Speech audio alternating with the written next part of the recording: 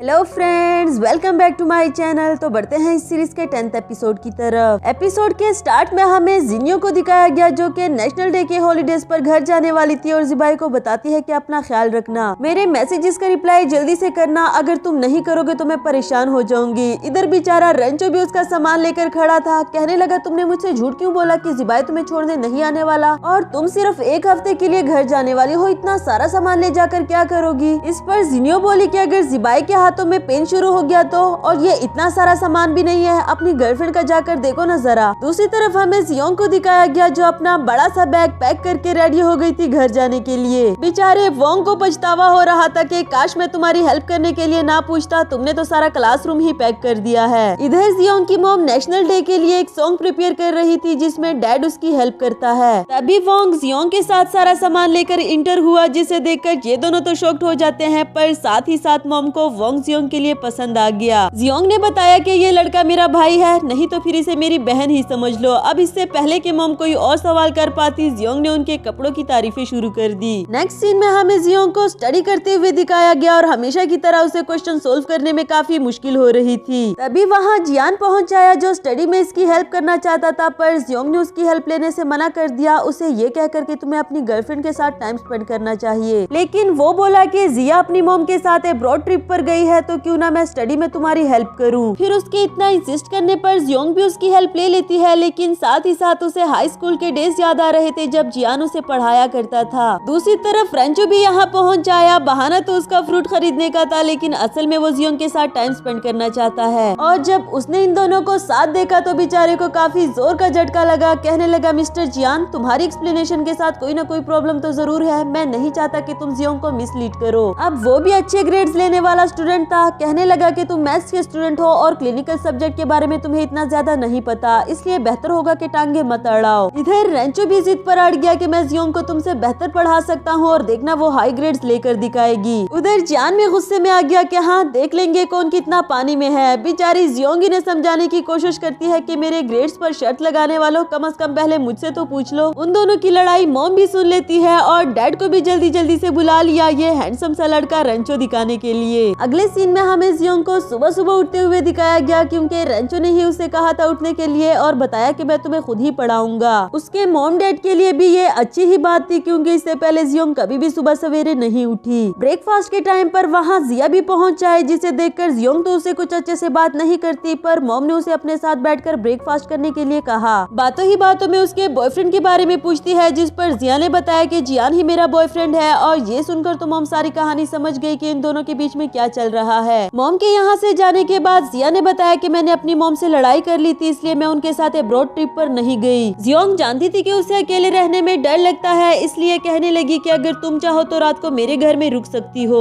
जिया भी उसे सॉरी करना चाह रही थी, उसने जियोंग के साथ जो कुछ भी किया पर क्लियर वर्ड्स में कहने की हिम्मत नहीं कर पा रही। इसके बाद हम रेंचो को देखते हैं जो कि जियोंग की स्ट्रीट में अपनी साइकिल पार्क करता है, जिसे देखकर जियान कहने लगा कि ये पार्किंग की जगह नहीं। पर जब उसने एक और लड़के को साइकिल पार्क करते हुए देखा तो वो समझ गया कि जियान ये सब कुछ इसलिए कह रहा था ताकि वो मुझसे जल्दी पहुंच सके। अब वो भी जियोंग के पास जल्दी पहुंचने के चक्कर में वहां से भागने लगा और शॉर्टकट लेकर दोनों एक साथ ही वहां पहुंच गए। जियोंग और जिया भी इन दोनों को ऐसे देखकर हैरान हो जाती है और मॉम को तो देखकर अच्छा ही लगा। कहने लगी चलो आज हम सब साथ बैठकर ब्रेकफास्ट करेंगे। जिया के पूछने पर जियान ने बताया कि हम दोनों जियोंग को पढ़ाने आए हैं, तो इस पर जियोंग उसे इशारा करते हुए बताने लगी कि प्लीज इसे यहाँ से ले जाओ, मैं नहीं पढ़ना चाहती। फिर जिया ने जियान को अपने साथ जाने के लिए कहा, उसे ये कहकर कि मुझे तुम्हारे साथ टाइम स्पेंड करना है। जियान ने भी रेंचो से लगाई हुई शर्त वापस ले ली, जिस पर वो कहने लगा कि चाहे तुम शर्त वापस ले लो पर मैं अपनी कही हुई बात से पीछे नहीं हटूंगा। अगले ही सीन में जियोंग को स्टडी करते हुए दिखाया गया और रेंचो खड़ा सोच रहा था कि इसके अच्छे ग्रेड्स लाने के लिए इस पर कौन से ट्रिक्स अप्लाई किए जाएं। तभी वो जियोंग को कुछ सिचुएशंस देता है। कहने लगा कि मेरे दोस्त के साथ ये प्रॉब्लम हो गई है, अब तुम्हें क्या लगता है कि उसे कौन सी डिजीज होगी। जियोंग ने भी काफी अच्छे से उसे डिजीज डिटेक्ट करके बताई और जब उसके दोस्त का नाम पूछा तो इस पर रेंचो ने सू का नाम बताया। इसके बाद एक और केस बताया जिसमें हिप और हैंड फ्रैक्चर हो गया था और डिटेक्ट करने पर जियोंग ने जब उसके दोस्त का नाम पूछा तो इस बार भी उसने सू का ही नाम बताया। अब जियोंग कहने लगी कि सू को इतने सारे मसले एक साथ कैसे हो गए, तुम्हें उसका चेकअप करने के लिए हॉस्पिटल ले जाना चाहिए वरना तो कोई सीरियस इशू भी हो सकता है। जबकि वो तो जियोंग को इनडायरेक्टली पढ़ाना चाह रहा था और उसे पता भी लगने नहीं देता। इसके बाद वो जियोंग को इंग्लिश सिखाने के लिए एक मूवी क्रिएटर ले आया था, मूवी के सबटाइटल्स ऑफ कर दिए और रिमोट की बैटरी भी अपनी पॉकेट में डाल दी। उसका कहना था कि अगर तुम इंग्लिश को सुनकर प्रैक्टिस करोगी तो ऐसी तुम्हारी इंग्लिश बेहतर हो जाएगी, पर ऐसे जियोंग को मूवी देखने में बिल्कुल भी मजा नहीं आ रहा था। वो रेंचो से बैटरी लेने की कोशिश करने लगी और इस तरह इन दोनों का रोमांटिक सा क्यूट सा मोमेंट बन जाता है। दूसरी तरफ हमें जियान और जिया को दिखाया जाता है, जहाँ जिया उससे पूछने लगी कि क्या फ्यूचर में कभी भी तुम्हारा अब्रॉड जाने का या वहाँ स्टडी करने का कोई प्लान है, जिसके लिए जियान ने तो उसे मना कर दिया, ये कहकर कि मैं अपनी गर्लफ्रेंड को छोड़कर कहीं भी नहीं जाना चाहता। पर ऐसा लगता है कि कुछ न कुछ तो जरूर है जो जिया जियान को नहीं बता पा रही। इसके बाद मॉम जियोंग से पूछ रही थी कि जियान जिया का बॉयफ्रेंड है, इस बारे में तुमने मुझे पहले क्यों नहीं बताया, जिस पर वो बोले कि शायद आपको ये बताना जरूरी नहीं था या फिर शायद मुझ में बताने की हिम्मत नहीं थी, लेकिन अब मैं कॉन्फिडेंटली बता सकती हूँ कि वो दोनों रिलेशनशिप में है और इससे मुझे कोई भी फर्क नहीं पड़ता। मॉम को भी उसकी ब्रेवनेस देखकर काफी अच्छा लगा, लेकिन कहने लगी कि वो जो सुबह लड़का आया था ना रेंचो, वो मुझे जियान से काफी ज्यादा अच्छा लगा। जियोंग भी अच्छे से समझ गई कि मॉम क्या कहना चाह रही है, इसलिए उनको सोने के लिए भेज दिया, ये कहकर के मॉम मैं कभी कभी तो घर आती हूँ, प्लीज मुझे आराम से गेम खेलने दे। इसके बाद रात का सीन दिखाया गया, जहाँ जियोंग और जिया दोनों एक ही बेड पर लेटी तो हुई थी, पर एक दूसरे से बात करने में उन दोनों को काफी दिक्कत हो रही थी। जियोंग पहले बात करते हुए पूछने लगी कि तुम स्टडी करने के लिए अब्रॉड जाने वाली हो क्या, तुमने इस बारे में जियान को बताया, जिस पर वो बोली कि मैं स्टडी करने के लिए अब्रॉड नहीं जाना चाहती, इसीलिए तो मैंने अपनी मॉम से लड़ाई भी की और मुझे समझ नहीं आ रही कि ये बात मैं जियान को कैसे बताऊं। जियोंग ने उसे समझाया कि जियान काफी रिलायबल है, वो तुम्हारी हर बात समझने की कोशिश करेगा, एक बार तुम उसे हिम्मत करके बताओ तो सही। बातों ही बातों में रेंचो का जिक्र स्टार्ट हुआ, जिस पर जियोंग कहने लगी कि जब जब वो मुझे अच्छा लगने लगता है तब वो कुछ ऐसी अजीब सी हरकत कर ही देता है, तुमने देखा नहीं वो सुबह कैसे बिहेव कर रहा था। जिया बोली कि अब बस भी कर दो यार, कब तक छुपाओगी कि वो तुम्हारा बॉयफ्रेंड है, जिस पर जियोंग कहने लगी कि तुम पागल हो गई हो, हम दोनों सिर्फ अच्छे दोस्त हैं। अगली सुबह नेशनल डे पे सभी अच्छे से तैयार हो गए थे, जहाँ मॉम परफॉर्म करने वाली थी और उन्हें काफी एंजाइटी होती है। जिया ने उनका अच्छे से मेकअप किया, फिर उनके साथ बाहर जाती है और आज जियोंग को भी काफी अच्छा फील हो रहा था, क्योंकि अब उसे जियान और जिया की रिलेशनशिप से कोई भी फर्क नहीं पड़ता। तीनों ही पहले की तरह अच्छे दोस्त बन गए, लेकिन जियान को अब रेंचो का इनके बीच आना बिल्कुल भी अच्छा नहीं लगता। जियोंग ने जिया को इशारा करके जियान को वहाँ से ले जाने के लिए कहा। इसके बाद वो रेंचो को नेशनल फ्लैग देती है फेस पर लगाने के लिए, और जब वो खुद नहीं लगा पा रहा था तो जियोंग ही उसके फेस पर लगाने में हेल्प करती है, जो कि रेंचो को काफी अच्छा लगा। इसके बाद वो सभी साथ बैठकर मॉम की परफॉर्मेंस देखते हैं और जियोंग ने खुद को समझा दिया था कि वो लाइफ में मूव ऑन कर लेगी, क्योंकि क्या हुआ अगर जियान मेरा बॉयफ्रेंड नहीं बन सका, और वैसे भी ये लाइफ है, अनएक्सपेक्टेड चीजें तो होती रहेंगी। लेकिन रेंचो की कंफ्यूजन क्लियर हो गई थी कि उसे जियोंग से प्यार हो गया है और इस सच्चाई को वो जुटला नहीं सकता। नेक्स्ट सीन में स्कूल वापस आते हुए जियोंग को सू नजर आया, जिसे देखकर वो पूछने लगी कि तुमने अपना चेकअप करवा लिया था, वैसे तो देखने में तुम अब बिल्कुल ठीक लग रहे हो। बेचारा सू तो जानता भी नहीं था कि जियोंग क्या बात कर रही है, लेकिन रेंचो फौरन से कहने लगा कि हाँ मैंने इसे हॉस्पिटल ले जाकर इसका चेकअप करवा दिया था।